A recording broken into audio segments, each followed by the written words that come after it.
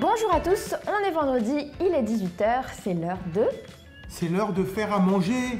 Oui, c'est l'heure de ciel mon frigo. Voilà, c'est ça. On va cuisiner, on va aller voir dans le frigo ce qu'il y a.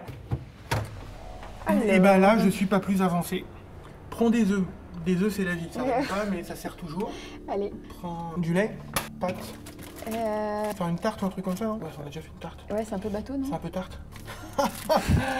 C'est nul. Bon, non, mais je sais pas moi. Prends de la crème, vas-y. On fait du sucré. Prends des œufs, de la crème, du lait. On va prendre de la farine, du sucre. Tiens, je vois il y a du chocolat là. Allez, de la vanille, ça te dit pas? Ça peut aromatiser, c'est bon ça, non? En fait, j'ai pas de farine, donc je te propose de faire un truc avec de l'amidon de maïs. De l'amidon de maïs? Ouais. D'accord, ok. Bon, on y va. Ça te dirait pas de mettre un peu de cacao pour renforcer le goût chocolat? Du cacao pour renforcer. Allez, je vais voir si on en a. Chocolat. Et ben, je vais mélanger tout ça. Je vais le jeter en l'air et ça va te faire un super gâteau au chocolat. Ouais, on met pas de beurre? On met... Bah, vas-y, prends le beurre. J'ai pas trouvé de beurre. Ouais. Mais alors, je t'ai ramené de la compote. Ok, c'est normal, tout va bien. Oui. Je pense que tu travailles trop. Pourquoi? Qu'est-ce que tu veux me faire avec ça? Parce que de la compote, en fait, ça remplace très très bien le beurre. En plus, ça te fait un gâteau light. Tu vois, c'est bon pour la ligne.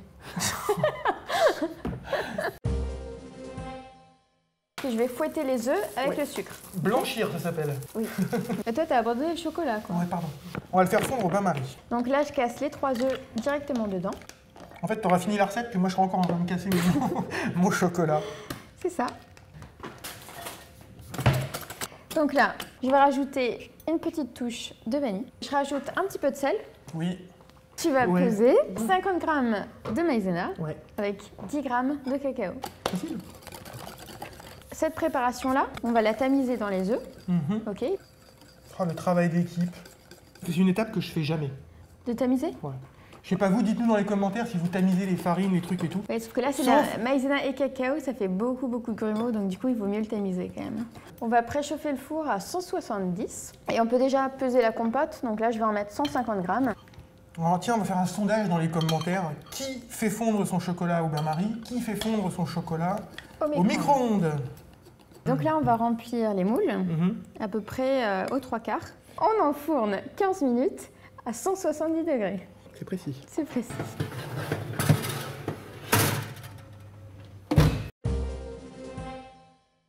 Donc ce que je te propose, c'est de les laisser là pour qu'ils refroidissent un petit peu pendant 10 minutes, pour qu'on puisse les démouler facilement, sans se brûler. Donc nous sommes 10 minutes plus tard, on peut démouler. Parfait, magnifique, c'est tout mignon. C'est vraiment très sympa. Et pour la touche finale, je te propose de rajouter juste un petit nuage de sucre glace. Ça fait joli. On peut le manger nature, soit tiède, soit froid. Alors si c'est tiède, on rajoute une petite boule de glace vanille et ça c'est trop bon. Tu me fais rêver là. Bah, je vois que tu t'attaques direct, toi. Parce que les gens veulent voir aussi l'intérieur du gâteau. Voilà, donc là on l'a. Et on voit que c'est très fondant. Et attention, il n'y a pas de beurre, c'est de la compote de pommes. Ce qui veut dire qu'on peut en manger autant qu'on veut. Mettez-nous dans les commentaires si vous faites la photo du plat. On vous embrasse très fort, on vous souhaite un bon week-end. Et on vous donne rendez-vous vendredi prochain, même heure. Même endroit. Ciel mon frigo avec Céline. Avec Olivier. Bon week-end, ciao, bye bon bye. Week-end.